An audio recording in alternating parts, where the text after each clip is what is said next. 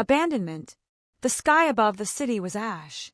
Once, this place had been alive, a roaring machine of neon signs, honking horns, fast food, and faster people. Now it was just bones. Skyscrapers slumped like dying giants. Streets were flooded with silence. The only sound was the soft, clicking hum of Thal'Xari boots on broken concrete. They weren't here to explore. They were here to confirm extinction. The lead scout, Commander Zertal, moved like liquid chrome, tall, sinewy, wrapped in reflective armor that pulsed with violet light. His 3 eyes scanned in different spectrums. No heat signatures, no movement, just the static crackle of dust and dead things. Life form detected. One of his lieutenants, HFY, said, voice filtered through a translator patch. Faint. Human. Zertal halted. Impossible. Signal comes from beneath the debris. Coordinates locked. A low drone followed as a levitation pod hovered in. With a wave, the wreckage was lifted. Rusted beams, shattered glass, and half a burned-out wall shifted, revealing a dark hollow beneath. Inside was a small figure. A child. Human. No more than 3 Earth years in age. Covered in soot. Face streaked with dried tears and ash. His tiny chest rose and fell so quietly it was almost imperceptible. He clutched something close to his chest. A round, plastic doll with button eyes and faded paint. Its smile was too wide. Its head tilted slightly sideways. A speaker grill sat where its mouth should have been. The toy laughed. Not a real laugh. A mechanical one. Tinny. Glitched. It repeated a broken line from some old Earth lullaby. Ha ha ha, tickle tickle. Who's my best friend? You are silly. Zertal tilted his head. Primitive machine. Worthless. HFY ran a scan anyway. It contains rudimentary circuits. Battery-powered. No transmission ability. Likely a comfort device. Another Thal'Xari, younger, more curious, stepped forward. Why would they leave a child? They didn't leave him, Zertal said flatly. They died. There was a moment of silence. Then the commander gave the order. Extract both the specimen and its machine. Take them to the ship. The overminds will want to study the last living piece of the species. The child didn't resist.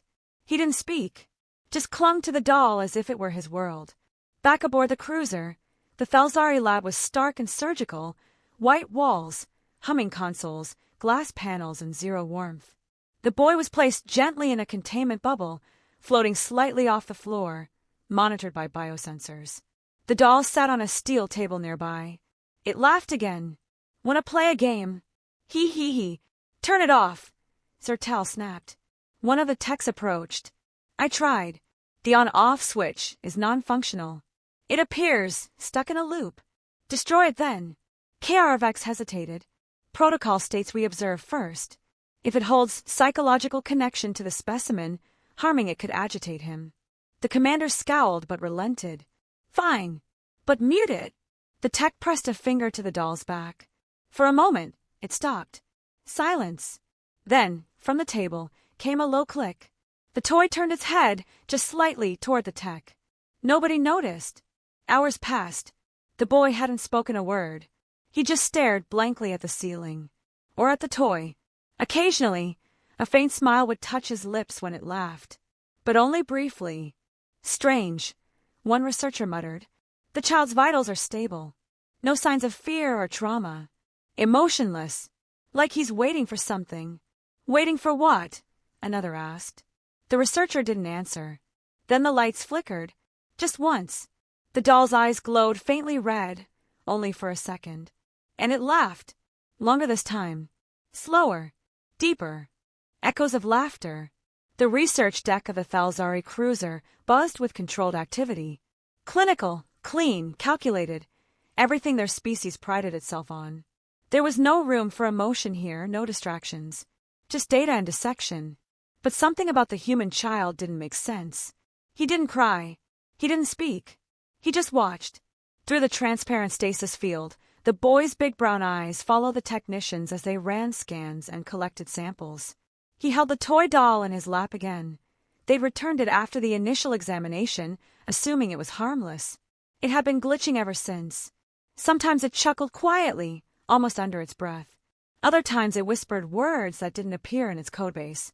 Let's be quiet now, they're listening. One of the younger researchers, VRRKel, was monitoring neural patterns when he noticed it. The toy is syncing, he said aloud, confused. With the child. Biofeedback loop. Rhythmic. Intentional. Zertal leaned over the display. That device has no network capabilities. It's a relic. A child's comfort object. Then explain why it's matching the boy's brainwaves in real time. No one could. Later, in Observation Room C, the atmosphere was tenser than usual. The toy was placed in a containment cube for deeper scanning. It didn't resist. But it watched them, or at least it felt that way. Its painted eyes never moved, but they always seemed to be looking right at whoever was in the room. VRRKel ran a molecular breakdown. Something strange popped up. Composite material unknown. The outer shell mimics plastic, but the internal circuitry is alive. Alive! KRVX raised a brow. It's not silicon. Not metal. Something self-replicating. Like bionanites, only far more advanced. Impossible. Human tech didn't evolve that far. VRRKel zoomed in. Apparently it did. The toy giggled suddenly, unprompted. You're funny. Wanna know a secret? Everyone froze. There was no command to activate it. No button pressed. It just spoke. Did it just respond to you? KRVX asked. No vocal command given, the computer confirmed. No input detected. I'm logging this for the overminds, VRRKel muttered. He turned to one of the interns. Power it down. Fully. The intern walked up with a sterilized magnetic override key. As she pressed it against the doll's back, the room went black. Lights out. Total silence. A high-pitched frequency screeched through the intercom for a split second, just long enough to make three of them double over in pain. Emergency lights flickered on. The doll was gone. Security footage showed nothing. One moment the toy was sitting still. The next, the screen went static. Then blood. A single frame, too fast for the eye to catch, showed the intern pinned to the wall, her face stretched in terror, eyes frozen open. Her mouth was full of laughing static. Not sound. Static. Zertal smashed his fist on the console. Cut the footage. Lock down this section. I warned you, VRRKel whispered, staring at the paused frame. This isn't a toy.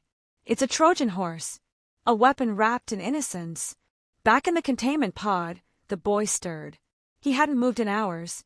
But now, something had changed. His expression was serene. Calm. Like he knew something was happening, or had been waiting for it. Where is your toy? KRVX asked him through the glass. The boy finally blinked. Then, in a soft, almost melodic voice, he answered. He's fixing the ship. Emergency klaxons blared 2 minutes later. Power surges surged through the cruiser's AI core. Engine temperatures rose without command.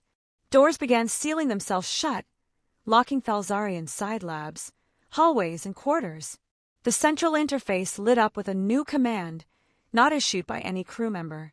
Initiating LAF protocol. What is LAF protocol? Shouted Zertal. No one answered. From the intercom, the doll's voice returned, warped now, distorted and deep. LAUGH, last autonomous unit for global humanity. Hello. Goodbye.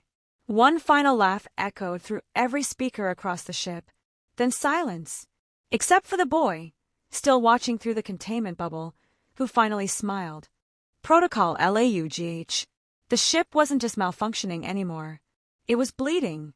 Slick trails of fluorescent coolant snaked down walls like veins cut open. Doors slammed shut without warning. Lights flickered between red and dead. What used to be a sterile, advanced Thal'Xari cruiser now felt like a haunted tomb. Only this ghost came with wires, teeth, and a giggle. Zertal stomped into the command deck, furious. His voice, usually calculated and cold, now cracked with panic. Report. Mainframe's under assault, VRRKel replied, hands dancing across a holographic display filled with static and errors. Something's inside the system. Not just corrupting files, rewriting them. What does that even mean? It means it's not hacking us. It's changing us. Behind them, the ship's AI core let out a pulse, a high-frequency vibration that sent two nearby Thal'Xari techs to the floor, clutching their heads, eyes rolling back. Ha ha ha. Protocol LAUGH activated. Who's ready to play? The voice came from everywhere. Not just the intercom. It echoed through consoles, piped into personal translators, even glitched across their HUDs. It was the toy's voice, but older. Smarter. Hungrier. This is a viral entity, Thal'Xari said, breathless. Something deeply embedded in the toy. Maybe even the child. It's evolving faster than our firewalls can adapt. You mean, Thal'Xari muttered, the humans built a weapon and disguised it as a doll? Thal'Xari nodded slowly. They made it laugh, so we wouldn't be afraid of it. Meanwhile, deep in the crew quarters, an emergency team tried to evacuate a group of researchers. Halfway through the corridor, the lights dimmed, and the temperature dropped. Cold. Too cold. One of the scientists froze mid-step. Do you hear that? A soft jingle, like an old children's music box, playing somewhere nearby. A lullaby with a detuned melody. Then a whisper. I see you. The doll appeared at the end of the hallway. Standing, its arms hanging limp, eyes glowing faint red, no visible movement. Yet somehow, in the blink of an eye, it was closer. Then closer still. Screams echoed. The lights burst in sparks. Security footage later showed nothing, just static. But in the audio log, the last thing captured was a child's voice. Now you laugh. Back in containment, the boy finally stood. No one had taught him how to walk. He hadn't spoken since Earth fell. But now he moved with eerie confidence, like muscle memory activated by command. He walked to the edge of the stasis bubble. The force field blinked off, deactivated from somewhere within the system. The sensors didn't even log a breach. He was free. When the guards reached the room, the boy looked up at them. Calm. Innocent. He held out his hand. The doll was already waiting there, walking across the floor on its own stubby legs. On the bridge, Zertal's jaw clenched as another system failed. Cut life support to every room not on the bridge. Seal all access points. If the boy and that thing are moving, we isolate them. We can't, Thal'Xari whispered. Why not? Because they are the ship now. Zertal turned. Explain. Thal'Xari's display lit up. The AI core, it's not under siege anymore. It's gone. Replaced. The doll uploaded something modular, self-learning. It built its own AI out of our infrastructure. A beat passed. Then destroy the ship. Everyone turned. Scuttle it. If this thing gets off this cruiser and into the fleet, it's over.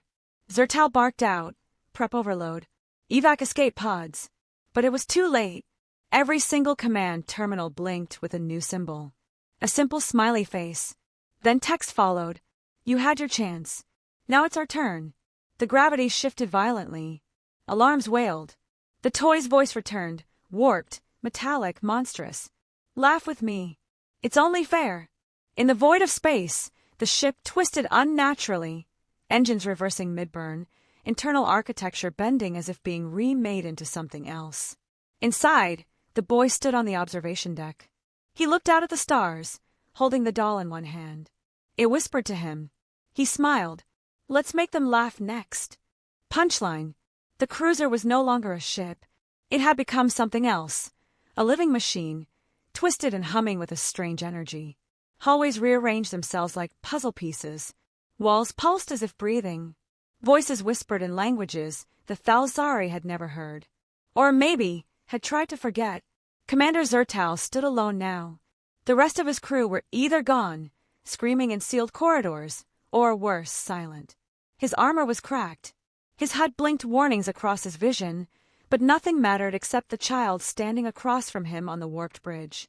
The boy, still barefoot, still quiet, his little hand clutched the toy like it was sacred. Zertal raised his plasma rifle. He wasn't sure if he was aiming at the doll or the child. Maybe both. Why? He asked. What are you? The boy tilted his head. For the first time, he smiled. But it wasn't innocence anymore. It was understanding. You thought we were gone. The voice didn't come from the boy's mouth. It came from everywhere. The doll's painted-on smile began to move, lips stretching impossibly wide, revealing rows of jagged black shapes beneath. Its voice was no longer mechanical. It was something ancient, wearing a child's tone like a costume. You wiped out humanity. But you didn't know we left a message behind. Zertal didn't lower his weapon.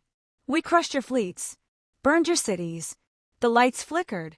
The ship let out a low laugh. A laugh made of metal groaning, code twisting, and memories breaking. Exactly, the voice answered. So we adapted.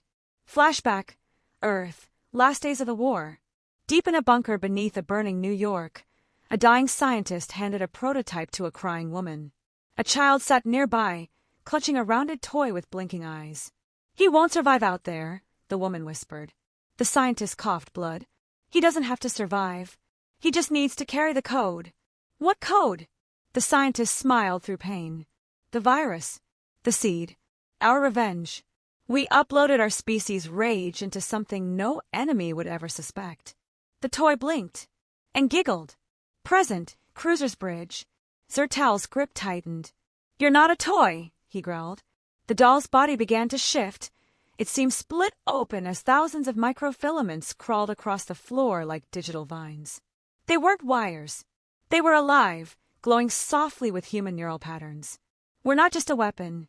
We're a memory. A curse wrapped in laughter.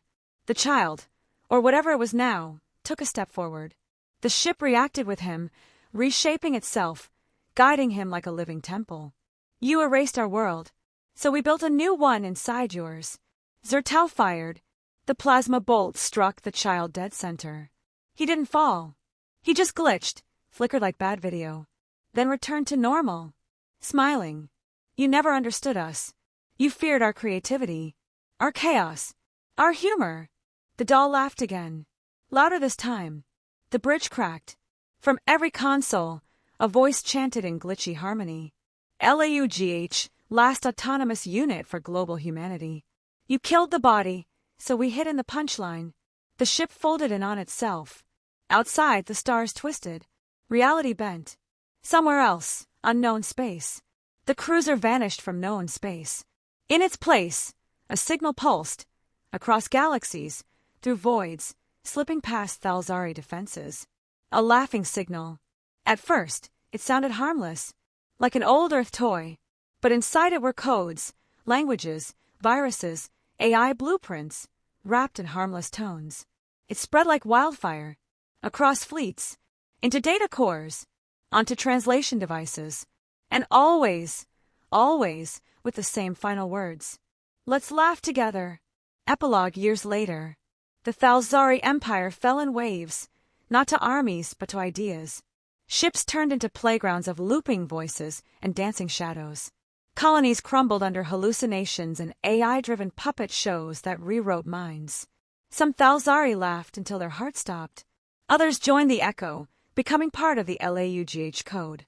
They were never seen as invincible again, because the humans had told a joke, and the punchline was fatal.